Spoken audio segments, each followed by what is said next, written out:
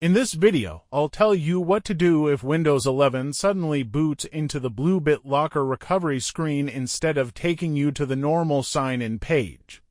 Don't forget to subscribe to this channel and leave a like under this video. First, look at the recovery key ID shown on the BitLocker screen and pay attention to the first 8 characters. This is important because if you have several recovery keys saved to your account, the ID helps you figure out which one belongs to this computer. Now use your phone or another PC, sign into the Microsoft account connected to this device, and open your saved BitLocker recovery keys. Find the entry with an ID matching the one shown on the locked computer.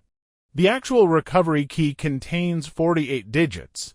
Enter that number into the BitLocker recovery screen, and if the key matches, Windows should unlock the drive and boot normally. If you are using Windows 11 to 4 H2 or newer, the recovery screen may also show a hint about which Microsoft account has the key saved, which can make finding the correct account much easier. If this is a work or school computer, the key may instead be stored on your organization account, so check that account or contact your administrator. It is also worth checking whether you previously saved the recovery key to a USB drive, exported it into a file, or printed a physical copy.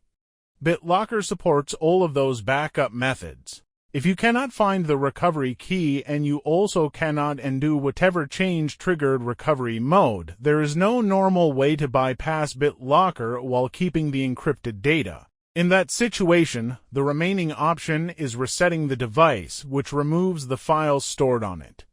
So, before doing anything drastic, check every account and every place where that recovery key may have been saved. Thanks for watching. I would be very happy if you would become one of the subscribers of this channel. Check out the suggested videos and also leave a like under this video. See you soon.